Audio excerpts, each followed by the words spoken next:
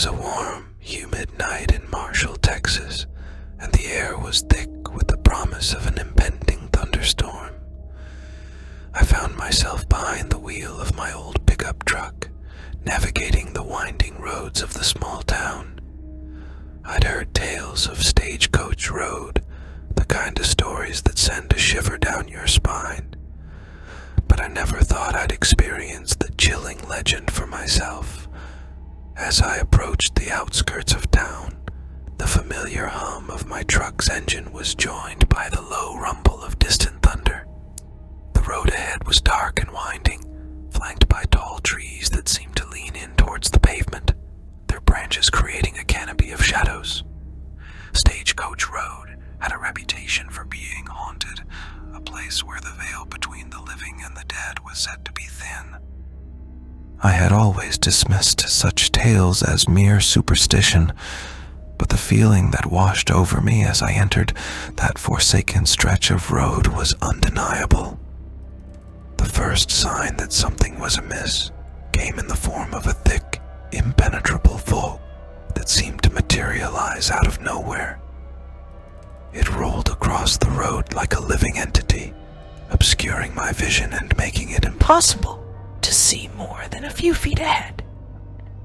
Panic welled up within me, and I considered turning back, but the fog had closed in around me, leaving me with no choice but to press on. As I inched forward, my truck's headlights pierced the fog, casting an eerie glow that seemed to dance with the shifting mist. The air grew colder, and a sense of unease settled in the pit of my stomach.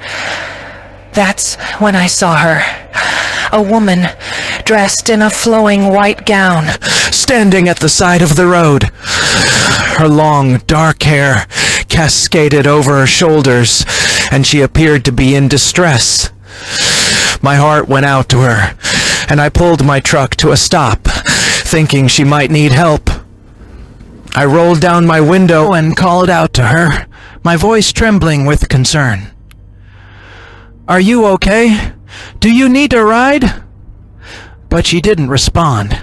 She simply stood there, her back turned to me, as if she hadn't heard my words. I couldn't see her face, but her posture seemed to convey a sense of sorrow and longing. My instincts screamed at me to stay in the truck, to lock the doors and drive away from this eerie scene.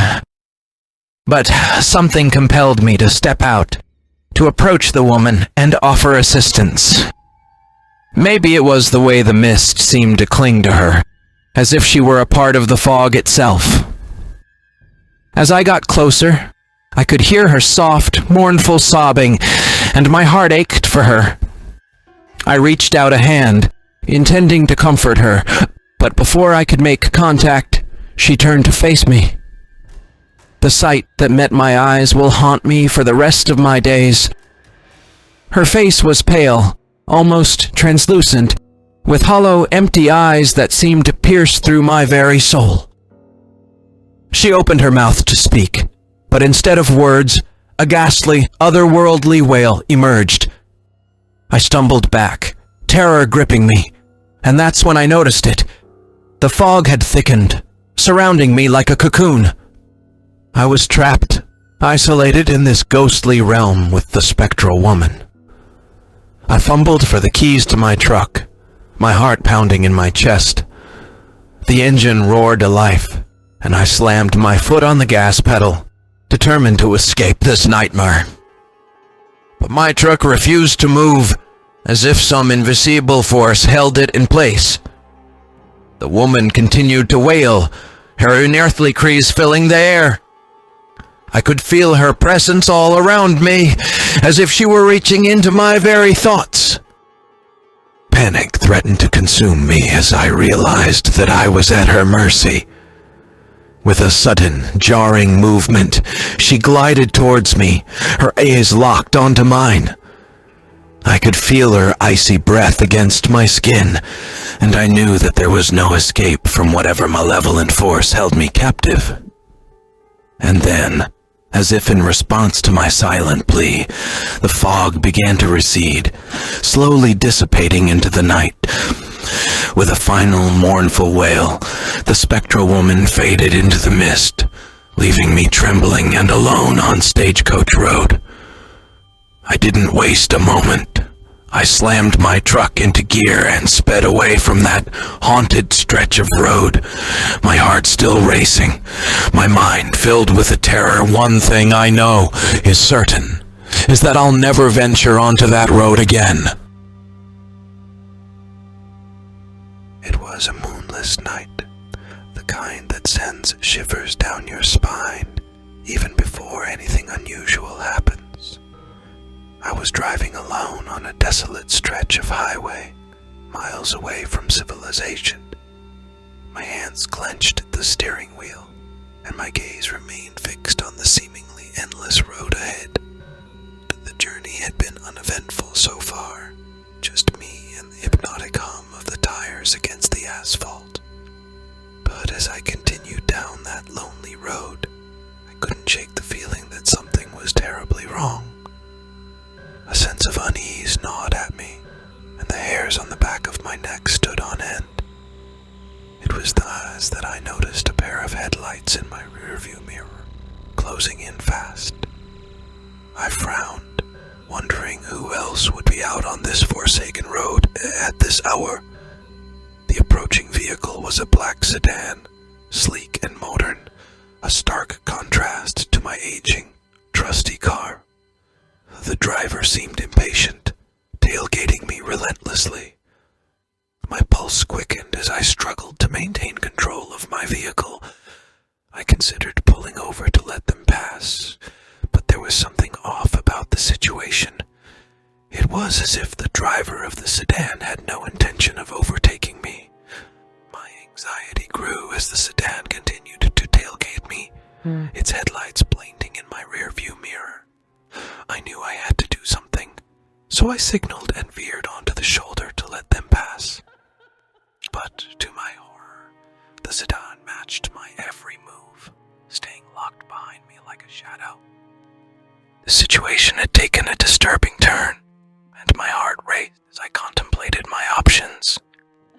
I could speed up and try to outrun the sedan, but I couldn't be certain they wouldn't give chase. I could also pull over and confront the driver, but that seemed equally risky on this isolated stretch of road. As I weighed my choices, a sickening feeling of dread washed over me. I realized that there was no license plate on the sedan, just a dark void where it should have been.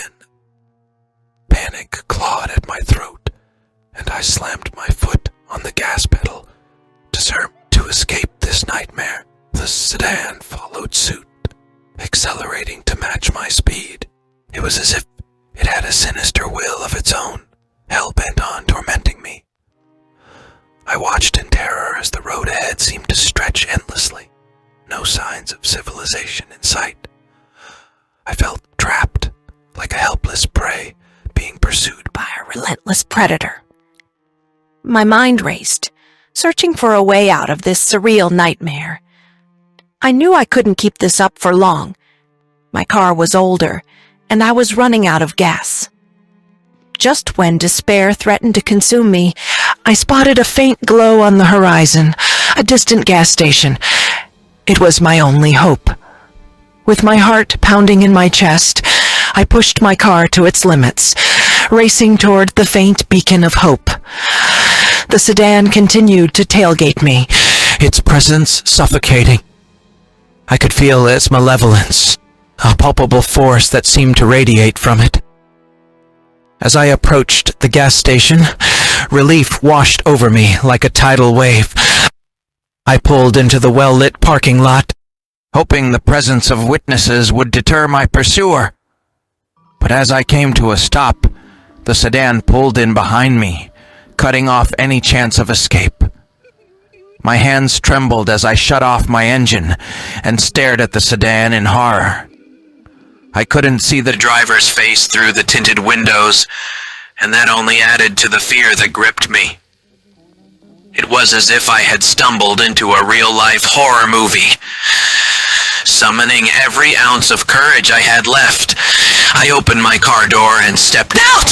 determined to confront this faceless menace. I could hear my own shaggy breath in the eerie silence that hung over the gas station. "Who are you? What do you want?" I shouted, my voice quivering.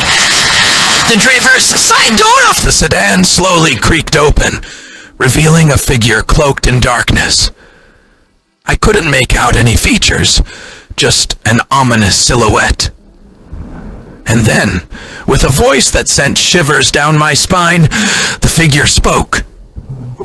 "You shouldn't have come here," it said, the words dripping with malice. Before I could react, the figure stepped out of the sedan, and my blood turned to ice. It was dressed in a tattered white gown, its long, disheveled hair obscuring its face. A feeling of dread, unlike anything I'd ever experienced, washed over me. My instincts screamed at me to run, but my legs felt like lead. I was frozen in place, unable to tear my gaze away from this other-worldly apparition. It was as if time had stopped, and I was trapped in a waking nightmare. The figure slowly began to approach me, each step sending shockwaves of terror through my body. I wanted to scream, to flee, but fear had locked my vocal cords, and my legs refused to cooperate. As the figure drew closer, I could see its eyes, or the lack thereof. They were empty, soulless voids that seemed to suck the very light from the surroundings. It reached out a cold, bony hand, and I felt a grip like a vice around my throat. The world around me spun into darkness as I gasped for breath. The last thing I remember before everything went black was the haunting, going laughter of the figure, a sound that would haunt my nightmares for years to come. When I finally awoke, I was alone in the gas station parking lot, my car parked beside me. The sedan was gone, as if it had never been there. I stumbled into the gas station, my mind reeling, and told the attendant about the terrifying encounter. He listened with a sympathetic but knowing look. He told me that I wasn't the first to experience such horrors on that desolate stretch of road. The locals called it the Phantom Pursuer, a malevolent entity that preyed on those who dared to drive there alone at night. To this day, I can't explain what happened that night, or who, or what the figure in the gown was. But I know one thing for certain. I'll never venture down that forsaken highway again. It was a late summer evening, and I had been driving for hours on a desolate highway, the sun casting long shadows across the endless plains. The monotony of the journey had lulled me into a trance, the drone of the engine and the endless horizon playing tricks on my mind. As the sun dipped below the horizon, I decided it was time to find a place to rest for the night. I had been scanning for any sign of civilization when I spotted a weathered road sign pointing towards a tiny town named Sherbrooke. It seemed like my best bet for finding a place to stay for the night, so I turned onto the narrow, dimly lit road. The road seemed to stretch on forever, winding through fields of tall grass that whispered in the night breeze. The only illumination came from my headlights, and the eerie solitude was overwhelming. I couldn't shake the feeling that I was being watched, that unseen eyes were tracking my every move from the shadows. After what felt like an eternity, I finally arrived in Sherbrooke. To my surprise, the town appeared deserted. The buildings, weathered and worn, stood as silent sentinels in the darkness. There were no lights in the windows, no signs of life whatsoever. My unease grew as I navigated the empty streets, searching for any signs of a motel or inn. It was as if the town had been abandoned overnight, frozen in time. I began to wonder if I had taken a wrong turn, but my GPS insisted that I was in Sherbrooke. Just as I was about to give up hope, I spotted an old, decrepit building that seemed like it might have once been a motel. It was the only option, so I pulled into the gravel lot and parked my car. As I stepped out of my vehicle, an unsettling feeling washed over me. The air was heavy with a stifling silence, broken only by the distant howl of the wind. I approached the entrance to the motel. The flickering neon sign above it read, Sherbrooke Inn. The letters dimly lighting up as if reluctant to reveal their secrets. The door to the lobby creaked open, and I entered cautiously. The interior was dimly lit, the reception desk covered in a thick layer of dust. An old bell sat on the counter, its surface tarnished with age. I rang it, the sound echoing through the empty building. Minutes passed, and just as I was about to leave, an elderly woman emerged from the shadows. She was frail, her skin as weathered as the town itself. Her eyes, however, shone with an unsettling intensity as she welcomed me with a faint smile. I asked for a room, and she handed me an old brass key without a word. The silence that hung in the air was oppressive, and I couldn't help but feel that something was terribly wrong. But tiredness and the isolation of the town had taken their toll, so I accepted the key and headed to my room. The room was a relic of a bygone era, with faded floral wallpaper and ancient furniture that seemed to hold the weight of decades of secrets. I settled in, hoping for a peaceful night's sleep. As I lay in bed, the silence outside was deafening. It was as if the entire town held its breath, waiting for something to happen. I tried to shake off the unease and closed my eyes, but sleep eluded me.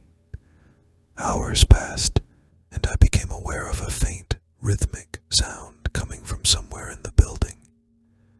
It was a low, muffled thumping, like a heartbeat. I couldn't pinpoint its source, but it seemed to resonate through the very walls of the inn. Curiosity got the better of me, and I decided to investigate. I ventured out into the dimly lit hallway, following the sound as it led me deeper into the building. The closer I got, the more the thumping intensified, until it seemed to reverberate in my chest. I reached to the end of the hallway and found a door ajar. The thumping was unmistakably coming from inside. With trepidation, I pushed the door open and stepped into a room that would forever haunt my nightmares. The room was bathed in an eerie crimson light that seemed to emanate from the walls themselves. In the center of the room, a figure stood, its back to me. It was a woman, her body swaying to the rhythm of the thumping. My heart pounded in my chest as I watched in horror. The woman's hair was long and tangled, and she wore a tattered white gown that billowed around her like a spectral shroud. She seemed entranced by the strange ritual, her arms raised as if in supplication. I couldn't tear my gaze away from the scene unfolded before me. The air grew thick with an otherworldly presence, and a sense of malevolence hung in the room like a tangible force. I knew I should leave, run from this nightmarish spectacle, but I was paralyzed by fear. And then, as if sensing my presence, the woman slowly turned to face me. Her eyes were empty, soulless voids that seemed to pierce through me. A guttural, inhuman sound escaped her lips, and I realized with horror that she was not alone. Figures began to emerge from the shadows, their forms shifting and contorting in ways that defied explanation. They moved towards me with an unnatural grace, their eyes fixed on me with hunger. Panicked, I turned and fled from the room, the thumping and the unearthly cries echoing in my ears. ran down the darkened hallway, the walls seeming to close in on me, and burst out into the night. My car was the only sign of life in this desolate town, and I wasted no time in jumping behind the wheel and speeding away from that accursed place. The town of Sherbrooke faded into the distance, but the horrors I had